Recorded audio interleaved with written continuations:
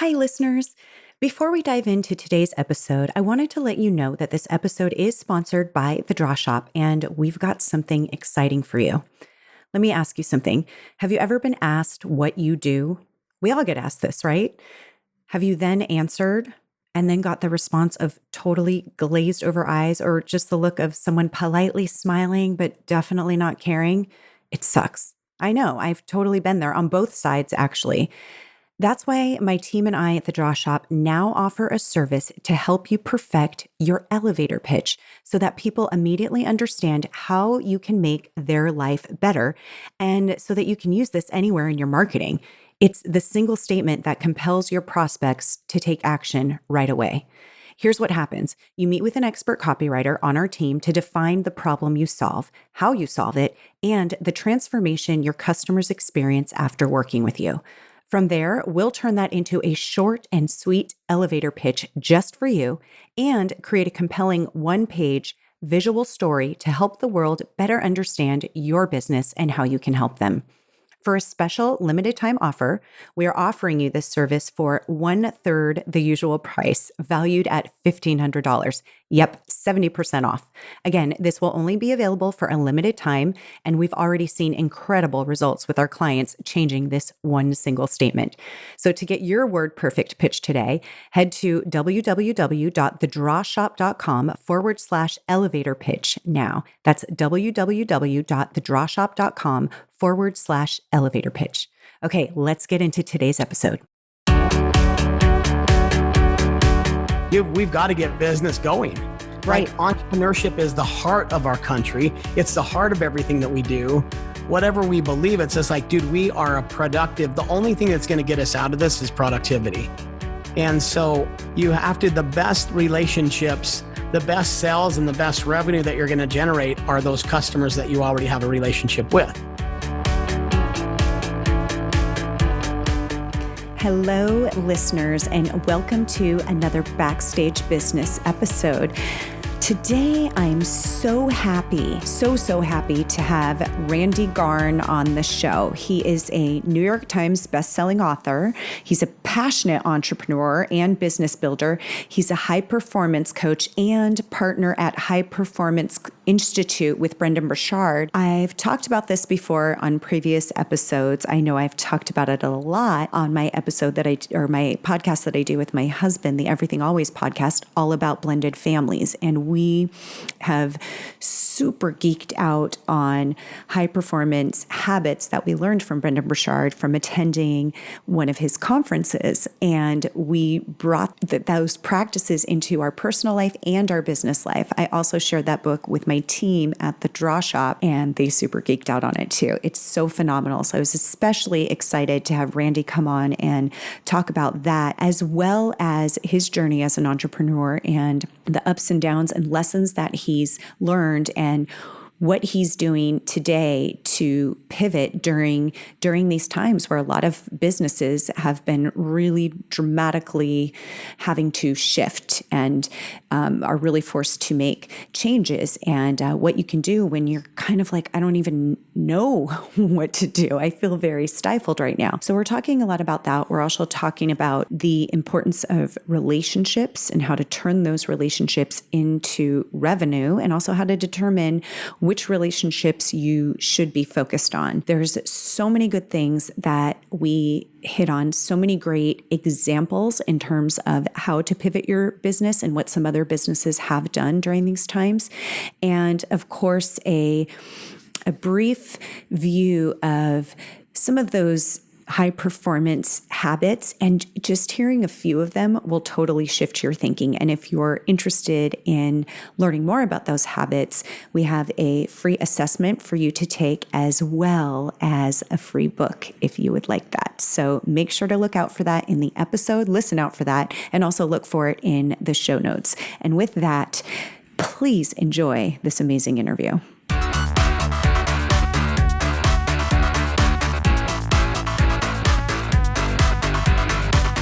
Randy, I'm so excited that you're with me today. This is going to be so much fun. Thank you. Summer, it's good to be here. And man, what fun times we're living in. I know, right? It's crazy stuff, crazy good, crazy.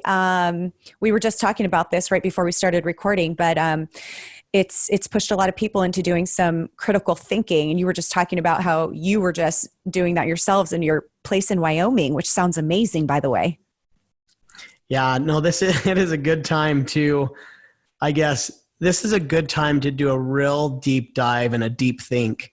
And really, as an entrepreneur and as a business leader and a business builder, it's like, what are those most important things that I should be working on? I don't know about you, but I've been able to cut so much out of my life that was unnecessary that I hope I never go back to. It's so true. Why do you think that is? What happened that forced people into going, I have to clean out, I have to minimalize, I have to like de-chaos my life? Why do you think that happened? I mean, honestly, like today, it just popped up on my calendar that I was supposed to be in Dallas, Texas for a meeting with Microsoft. Oh my gosh.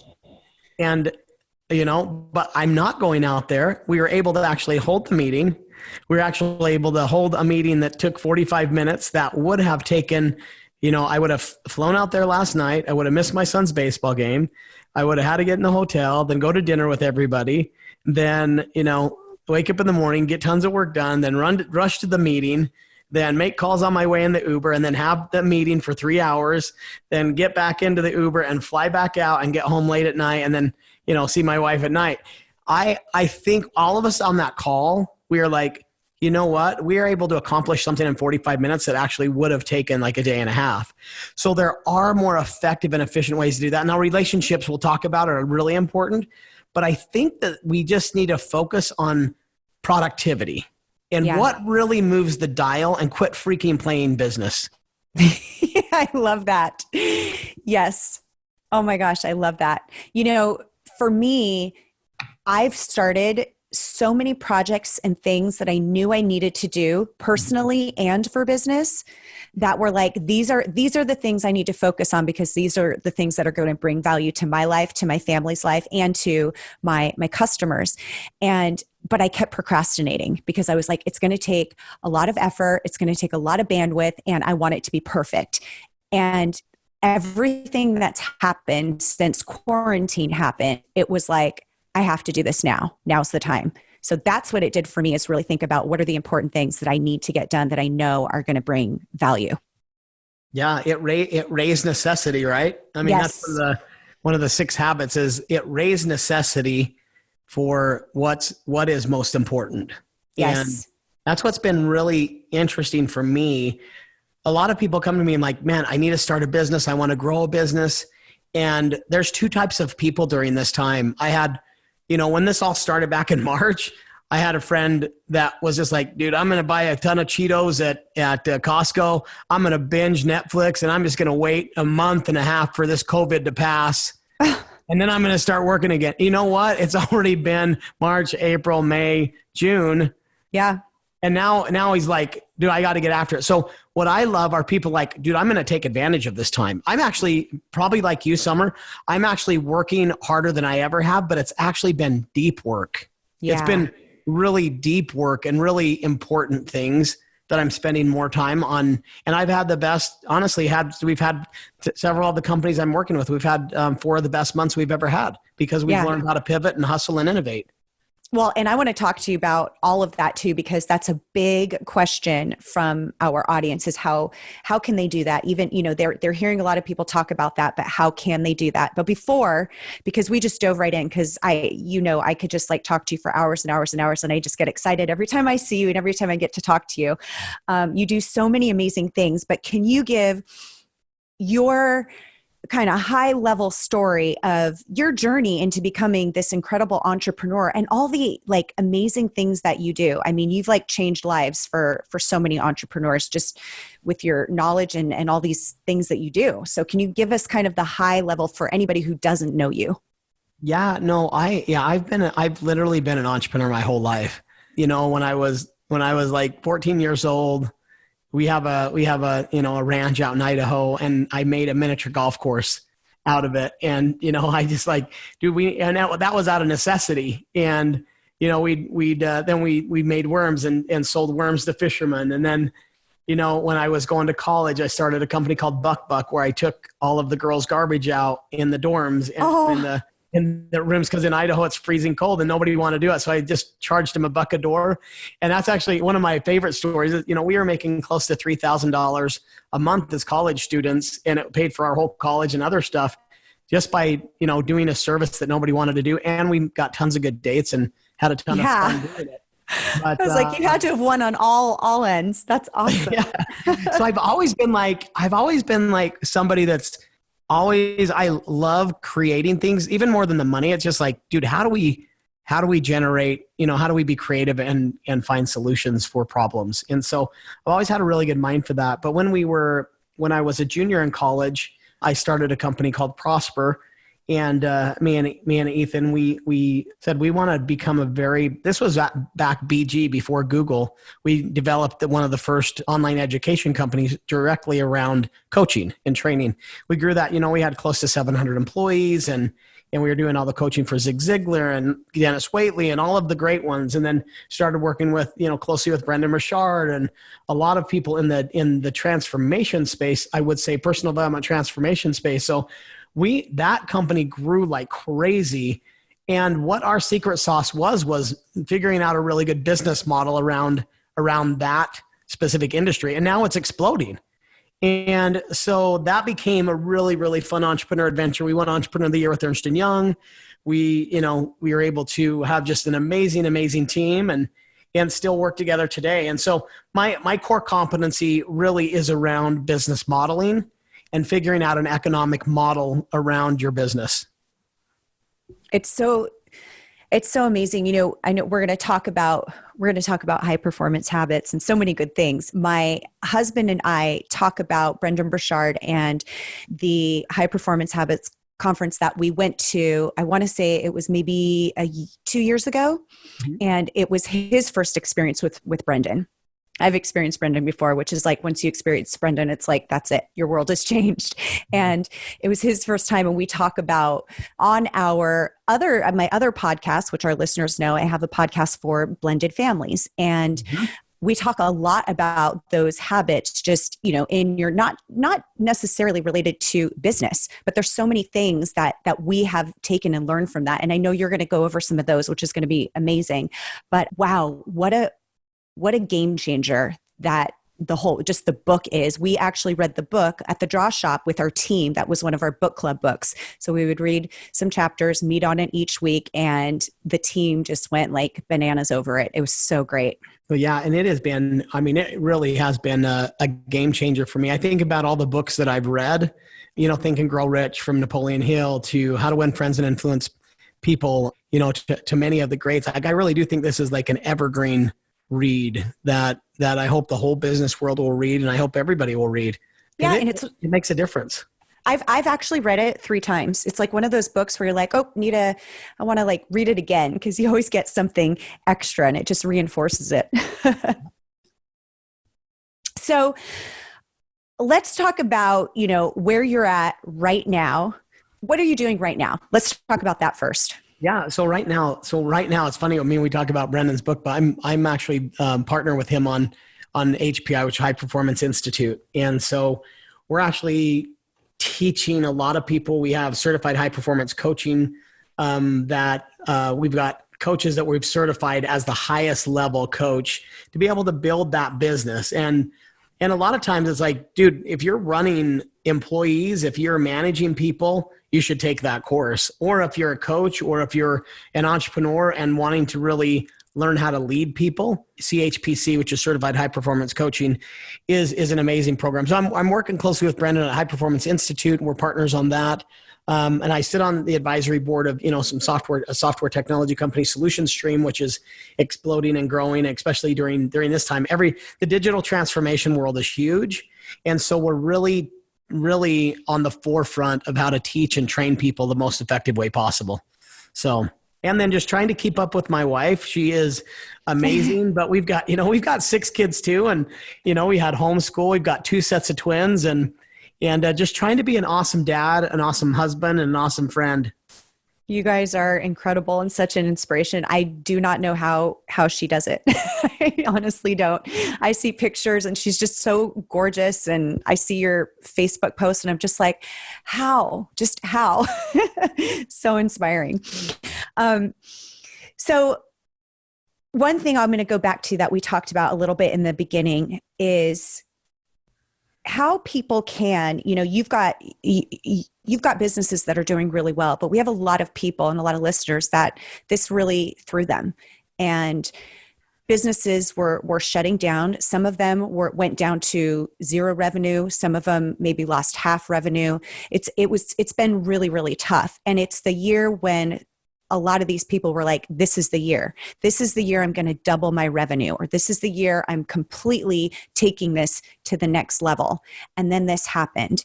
And I'd love to talk to you about, how to think about pivoting, because it seems very overwhelming to a lot of people at this time when they're like, I don't even know how to start thinking about that because I feel so stifled. Well, to be honest with you, Summer, it's not something that I have been through this, and we're living through it. And being an entrepreneur, you have to learn how to pivot. The second you think you're in charge, you realize you're not. You have to always continue to be innovating and ideating your business. And whether COVID hit this year or whether something else hits in 2022, 2024. I mean, we just got done talking about this on a big mastermind call I was just on, is that the skill set in which you learn to pivot is going to be probably one of your most important skill sets. And so there are processes in which to do that. And a lot of companies that pivoted fast are actually having more profit. They might not be having more sales, but some of them are having more profit than they've ever had because they're not doing things that were unnecessary. Right. And so, but I don't want to minimize that there are some businesses that got hit really, really, really hard. I mean, I have some friends that are highly successful. One of them in the hotel space that is just getting crushed right now. And yet, last year and 2 years ago, again, they were saying, so it does matter the industry you're in, but it's actually more important. Are you able to, pivot and change fast enough? A good example of that is my friend Joe Cioli that owns Grimaldi's Pizza. It started in 1906 in New York. There always been an in-house diner, more higher end, really amazing pizza. If you haven't eaten there, it's right under the Brooklyn Bridge, and they have over 40 other stores around the U.S. But they all of a sudden launched an app and pivoted and changed and had knocked out the delivery and pickup faster than anybody else because of his leadership. And he's like, Randy, I'm busier than ever. I'm more profitable than I've ever been. And that's in a restaurant business in New York that was really hit hard. And so there's a really interesting skill set and a process around innovation and ideation. Yes. I think some of the best ideas come from times like this. If you're really open to it, the way that the world is, and it's moving so quickly anyways, you always have to be, like you said, you always have to be on top of it, ready to pivot, because we don't know what's going to happen. And sometimes that happens just with marketing. It's not even, something tragic that's happened or something like a pandemic. It's not even something like that. It can just be, marketing's shifting right now. And I need to speak to a different need, or there's a different way to go about this. And I've seen that in my own business. I mean, year after year, and it happens in even shorter gaps now, the way that you are communicating. And what happens then is you start to realize the different needs. And then you start to think of, other ways that you can come up with ways to serve that need or fix that problem that you might not have thought of 4 years ago because it wasn't a thing, Yeah. Yeah. Well, I mean, so a good example of that is, back, we started my first company. I mean, I started my first companies when I was younger, but one that really took off was we started back in 9/9 of 99. And we had, in 2001, we had about 80 employees, 80, 90 employees. And we were really good at sales and fulfillment. So we were doing all the sales and the training and the fulfillment and the instructional design and teaching. we weren't doing all the customer acquisition and the lead gen. And what happened was there was a thing called 9/11, 2011 happened, and we were getting all of our customers from events and all of the clients and acquisition through direct mail. I mean, this was BG. This was before Google, Summer. I mean, this is back in the early days. And I remember that 9/11 hit, nobody flew anywhere. They shut it all down. And then in September and then October, anthrax hit, which terrorists were sending white powder in envelopes. I mean, for us, it was devastating. And here I am, a young business leader, as president of the company and thinking about, what are we going to do? How are we going to innovate and ideate? And this was just starting to get email and things that really happen. And so we decided to get really, really, really good at customer acquisition and got really, really good at lead gen. And that made all the difference. That helped us. I remember thinking, we're going to have to let all 80 employees go. And I remember Ethan and I looking at each other and we're like, dude, if we think the cavalry's coming, they're not coming. Like, nobody's coming to save you.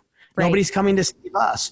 You as an entrepreneur have to get super wicked smart and do some critical thinking and think about how you protect your business now, but what are the things you can do right now to be able to generate revenue, sales, customer acquisition, and make sure that you actually own your process all the way through. Absolutely. Yes. So true. I want to ask you something. Have you ever thought of adding a digital course to your business? Would you even know what that would look like? Did you know that I'm currently building a digital course that's going to go deep into building your ultimate sales funnel, even if you have no clue what a sales funnel is and how it works? It's true. And I've been working hard at it to bring you the absolute best value. But here's the thing. I couldn't do it without the help of my coach and friend, Amy Porterfield. In fact, I'm so in love with her process that I actually became a partner of her Digital Course Academy and a sponsor of her online marketing podcast. I'll never forget when I had my first idea to create a course for our audience and add it as a revenue source for my business. I was so excited. We were going to scale, but then a year later, nothing happened. You know why? Because courses are far from set it and forget it. You have to know what you're doing, from deciding what the course should be and how you're going to create it. I am a step-by-step girl. I need it laid out in its simplest actionable form to get it done and get it done right. It actually takes a ton of grit to build something people actually get results from. So you might as well make sure that every action step along the way is your next best move. Am I right? That's why I loved the 2-minute quiz that Amy created. It's where you can figure out action by action what steps you should take based on your goals, audience, and business level. You can find the quiz at www.thedrawshop.com/Amy. So if you have been dreaming of building a digital course, and if you're looking to tap into the surging online education industry, by the way, the one that's going nowhere fast, especially right now, head on over to thedrawshop.com/Amy and take the quiz. It'll only be there for another week, so make sure you get in. Okay, back to the show. So I feel like, you talk a lot about turning relationships into revenue. And I would bet that it's always an important topic. It's always an important skill to have, but especially now, I think it really proves itself in times like this. Can you talk about that and this whole, what this concept means to you? Yeah, a lot of people, and not a lot of people, but most of the time we focus on our business strategy and our revenue strategy and what's our income strategy and all of that. I work closely with people and I help them come up with what I call a relationship strategy. And Summer, if I were to ask you right now, or all the listeners right now, like, who are the top 5 business relationships that you have right now? Me? Yeah. I want you to think about it. I mean, you can share some of them, but I want everybody to think about that and write down their top 5 business relationships. Right. No, and I know we'll do this in Genius Network. There's an exercise like your top 5. Yes.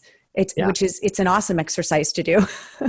Yeah. And then I actually I'll do my next one is then who are your next, who are your, that second level, who are the other 20. Yes. I also say, like, who are your top, like, especially during now, it's like, who are your top 5 personal relationships that matter most to you?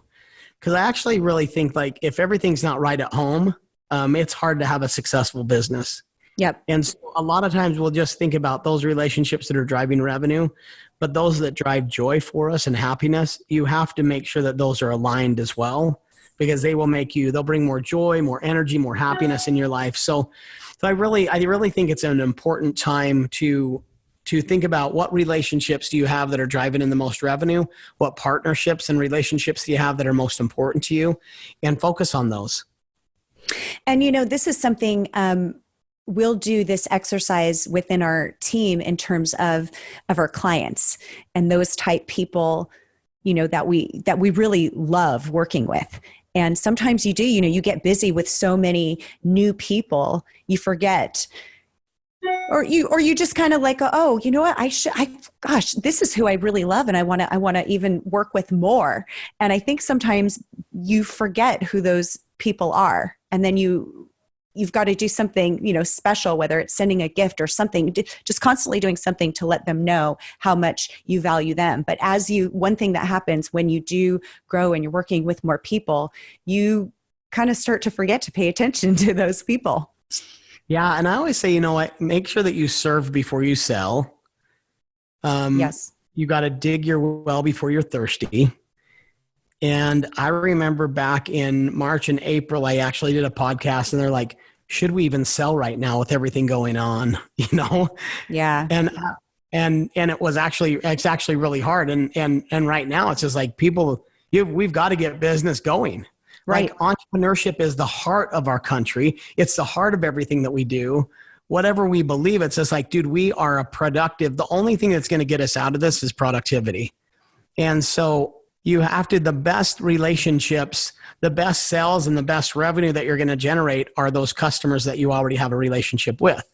It's going to be harder to sell to somebody that's not currently on your email list. It's going to be harder to sell to somebody that hasn't bought something from you before. It's going to be harder to sell to somebody that doesn't know who you are from anybody else. And so I think you need to think about that. A lot of people got caught off guard that thought, oh, I'll just keep going and getting new customers and new customers and new customers. But right now, what I mean is, build, those relationships now are really important to have, because the people that are going to buy from you are that like you, that trust you, that have had an experience with you, and that you've transformed their life. That is so true. We recently, we were talking about this in our business. I even wrote a blog post about this, that especially now people are spending their dollars where they trust. And while they may have been earlier saying, oh, I'll take a risk here, now it's more important than ever, because they are very conscious about where their money is going, because they've been hit with the reality that, oh, shoot, things can just stop. Yep. Yeah. Let's talk about, if we can, some of those performance habits. And I know it's a lot to go into, but just like the high level view of those habits. Yeah, well, and we can what I'd love to do is give everybody, they can take the high performance assessment to see where you're at on where you land as far as being able to have the 6 top high performing habits. I'll hit a couple of them. And by the way, we'll put that link in our show notes for sure. Thank you. Awesome. Well, I mean, the very, very first one, Summer, is, I think, honestly, I've been teaching it forever, and Brendon has just nailed it and crystallized it, is seek clarity. That's the number one. And if there's anything that COVID has done for us, is allowed us to take a deep breath. And the number one habit that he talks about in this book and that we teach about is to seek clarity. And I always say that if you don't have your strategy on one page, you don't have a strategy. I love that. So if you don't have your own goals, somebody else will use you for theirs. Yes. Yep. So as an entrepreneur, whether you're a small business, a large business, a medium-sized business, or even just, working as a solopreneur, I have a one-page strategy that sits in front of my face all the time of my non-negotiables. This is the direction I'm going in my life. Come hell or high water, I'm going to do this, and I'm going to make this happen. So I think the number one thing that everybody should do right now is really seek for a very clear strategic business plan on what they want to build. And it's not just a business plan. It's like it's your life plan. There's no delineation for me between my work and my play, my life and my leisure. It's Right. all one round. So I love that. Okay. So that's number one. okay. That's number one. Number two is one that I love as well. And it's to generate energy. Oh, I love this. Yes, I love this one. This is the one we talk about a lot, my husband and I. But I love it. Yeah. So why do you love it so much? What do you love most about it? Because, I think a lot of times we can get very stagnant and there's not creativity flowing or anything. It's like, it's just waking up all of the senses and feeling alive is really what it's about. It's just like, what can I do? How do I create? It creates momentum. It creates movement and like, okay, I'm going somewhere. And then all of a sudden that leads to something else. And then that leads to something else. And it's like this amazing, you just become so productive. It's like the start of that productivity. Exactly. And you think about what's a power plant? It creates and it generates energy. Yeah. And you think about those people in your life that when they call, are you excited to talk with them or do you dread that call? Or when they show up into the room, do they suck the energy and the life out of everything? Do you want to be around somebody that's grumpy all the time? Do you want to be around somebody that is of low energy? We spent about $13 million in research on these habits, and people want to be around people that actually want to push them and drive them to be more and to belong. And you want to be around those people that actually make you feel good. And they're just like, dude, I want to be with them because they push me to higher levels.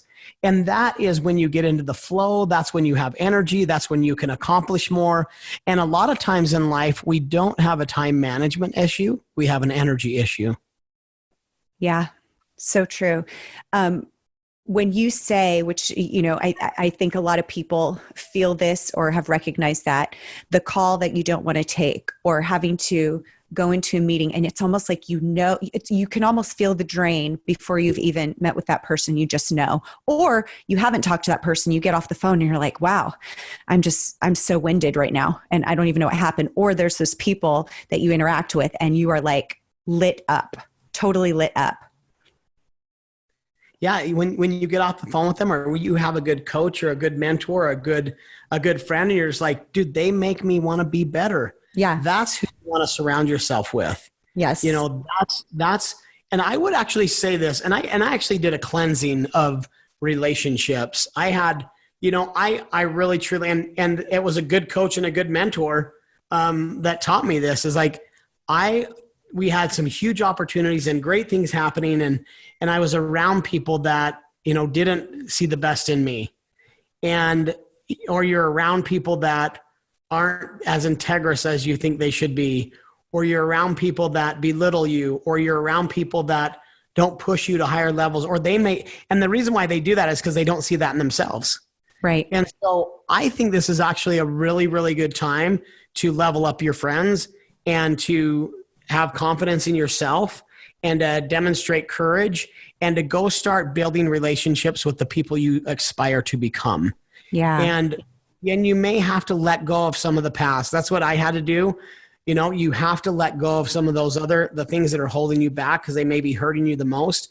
But go find those people that you love to be around. Go find those people that you inspire to be like and to be with, and it will change everything. It's so true. It's such a huge difference. I mean, and that just goes back to, like you were saying before, with the relationships that you have and who are those top 5 people. It all, when you have all of that around you, like you can't help but make good choices and do good things and be drawn to good things as well. You're just in that vibration. Yep. 100%. Okay. Number 3. Okay. Number three is to raise necessity. And, there's nothing that is the mother of necessity is really kind of what we're witnessing right now. And a lot of business leaders and a lot of people your necessities raised because you now have to make payroll. You now have, you have to change your business model. And I liken it to this, Summer. You know, if you, and I know you're already probably a lion tamer, but let's say that you're in a cage with a lion, and that would raise your heart rate, right? Yeah. Yeah. So if you're in a cage with a lion and that lion's coming at you, you have a whip, you have your chair, you have everything, like you're going to be pretty energized and your necessity is going to be pretty high. But let's say that all of a sudden I look back and I see my wife and my kids in back of me. And now my goal is to protect them from this lion.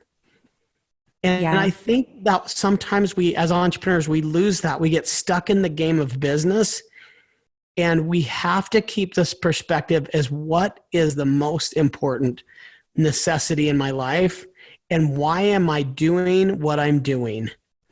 And that's why I plan every single night. I set my goals every single day intentionally. What is the most effective thing that I can do today and accomplish today to make sure that I'm protecting those that matter most to me? And so a lot of times in our life, it's like last year I was just on with Ash Gallihandra, and he and I ran the half Ironman together last year at the same time. And it popped up, on our phones. And it was just such a fun time. But I remember thinking about him. He's like, Jason Thielen at Solutions. He was like, dude, we're running an Ironman. I was like, yeah, I'm going to do it. Okay, let's sign up. So we signed up, and it just got closer and closer. And so it was like, we had to hit it, because you just can't go run an Ironman without doing it. Right. So a lot of times in our business, we'll set goals, but we won't do all the hard work to do that. But setting those goals are going to help you to raise necessity, but also saying, like, as a high performer, I'm going to be productive, and I'm going to do everything in my power to hit the goals that I've set out to hit.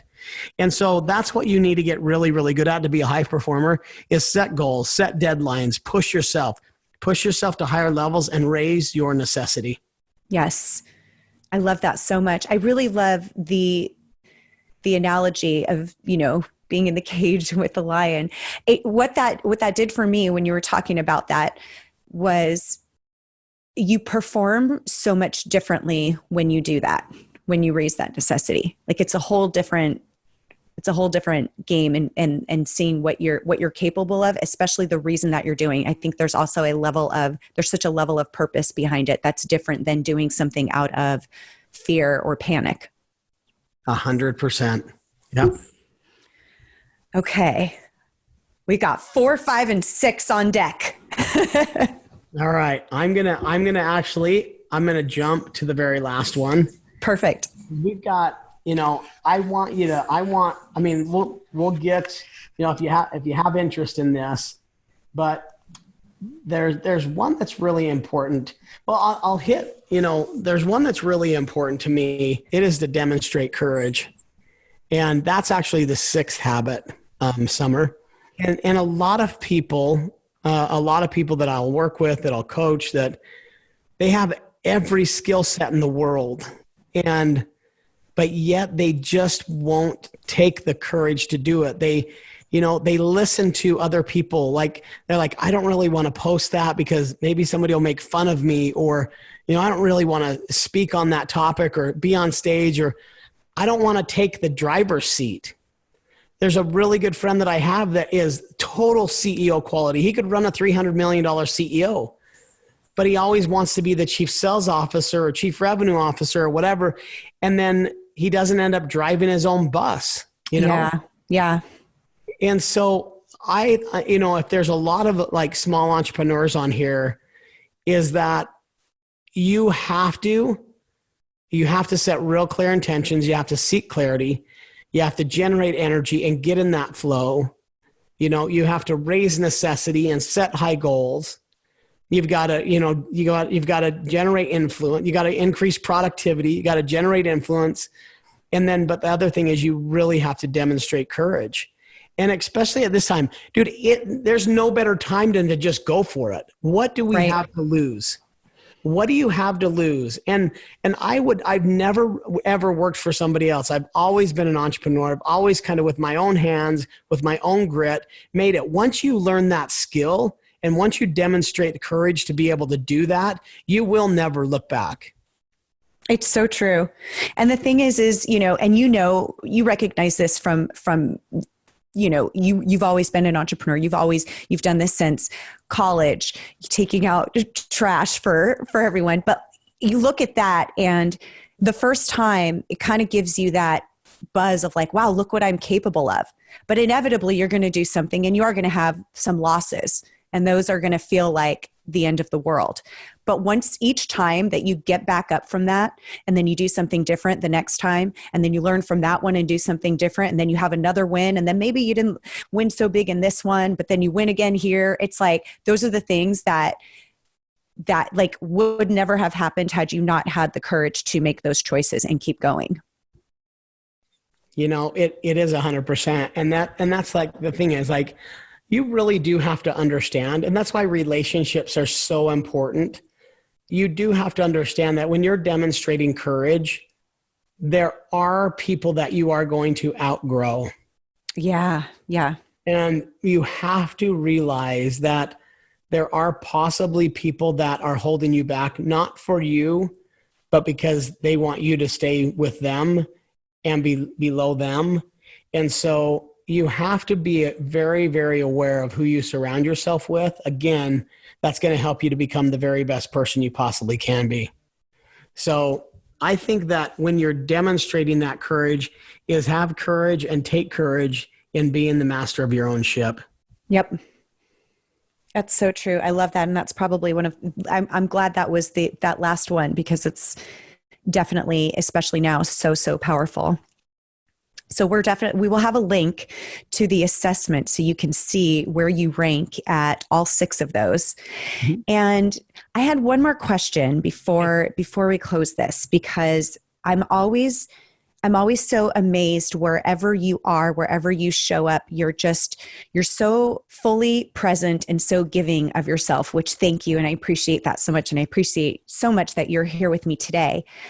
But I'm like, what is the secret sauce? Because you are, as entrepreneurs, we have lots of ideas, and if some of us are investors, I know you invest in different things. What is your secret sauce to saying, okay, I know that I can handle this. I know that I can bring this on. Like, how do you do all of those things and still remain so effective at all of those things? Well, there's a couple of good, I'm going to tell you a couple of my really good secrets. I think the most important thing that you can do is build a really awesome team around you. Yeah. I have an amazing chief of staff, and she is awesome. I trust her so much that she sees all my emails. She sees everything. She's understands everything that's going on, helps me to actually also say no to stuff. Because the worst thing to do is to overcommit. And so you can't be fully present if you have too much going on. But I think that's really important, is to build a really, really good team. 2, I think I talked a little bit about it. I can't remember if I talked about it earlier, but I have gotten really good at journaling. And I actually will spend about 30 minutes each night. I used to do it in the morning, Summer, but now I do it at night so I can sleep really, really well. And I plan out my whole entire day, and so that I can be present and I know exactly what's happening at what time and what place. I don't check emails very often, because emails are actually, it's actually a place where people can put stuff on your plate and put stuff in your time. Just because somebody puts something on your plate doesn't mean you have to do it. But I think for me, honestly, yeah, I think that just made me laugh. It's so true. It's a place where somebody puts stuff on your plate. That's great. It's true. It totally is. It's just like, hey, can you do this? Can you do this? But I intentionally plan out my day. And so when I've done that, I'm just able to be very present and know that I'm going to do this. But then I'm actually really present at my next task and my next task. The other thing that did do for me is I'm actually a massive believer in journaling, but I'm also a massive believer in sleeping well and working out every morning. Mm-hmm. So that I have the energy and the physical stamina that I need to be able to be present and to be able to have energy and to be able to have a smile on my face. And then 4, I would say for me, It is get really, really good at forgiving others and get really, really good at seeing everybody for who they really are. Treat the Uber driver and the CEO the same, no matter what. Right. And so and the reason why forgiveness is so important is it's like, there are going to be people that take advantage of you. There are going to be things that you screw up on. You got to learn how to forgive yourself and forgive others, but learn how to also see everybody as they truly are. And that's what I try to do. I try to treat everybody the same and show up for everybody at that same level, no matter who they are, because everybody's freaking awesome, to be honest with you. It's true. It's so true. I love that. So great. And those practices that you have, I can attest to those as well. I do the same thing. I have my day mapped out before each day. Well, I do every Sunday, I do a whole week. And then each day I make sure that it's like all outlined. This way there's, nobody can interfere with this slot because it's blocked out. And sometimes that might just be meditation. Sometimes that might be, my workout, whatever it is. But I love that. And I couldn't agree with you more in terms of when you do that, it allows you to not have a billion different things on your mind when you are in a meeting or when you are showing up for somebody else. And you can feel that when people are in that state of mind where there's so many things and they're chaotic and it's like, oh, talk about like, that energy suck. It's a different feeling when you can tell when somebody's really present with you. 100%. Oh my gosh, this is so awesome. I want to tell our listeners the best place to find more information about you. Yeah, you can just go to randy@randygarn.com. You can also go to highperformanceinstitute.com if you're interested in some of the coaching and training and the book and journals and some of the things that we use to be as productive as possible. And so those are some ways you can find me. Fantastic. Randy, thank you so much. There's so much value happening in this episode, and I appreciate it so much. Well, you're pretty amazing, Summer, and I've appreciated our business when we get to collaborate on business and do things, and you're just an amazing leader. Appreciate the time. Thank you so much. Hey guys, I just want to say thank you so much for listening to this podcast. If you haven't already done so, would you do me a favor and go subscribe and review this podcast? My goal is to continue to deliver you content that will really move the revenue needle in your business and give you up-to-date content on anything else that can dramatically help your business. You can also find us at thedrawshop.com/podcast, where you can comment on the podcast or contact us directly with any issues you'd like me to address. Thanks again. I really, really appreciate you listening, and I'll see you next time.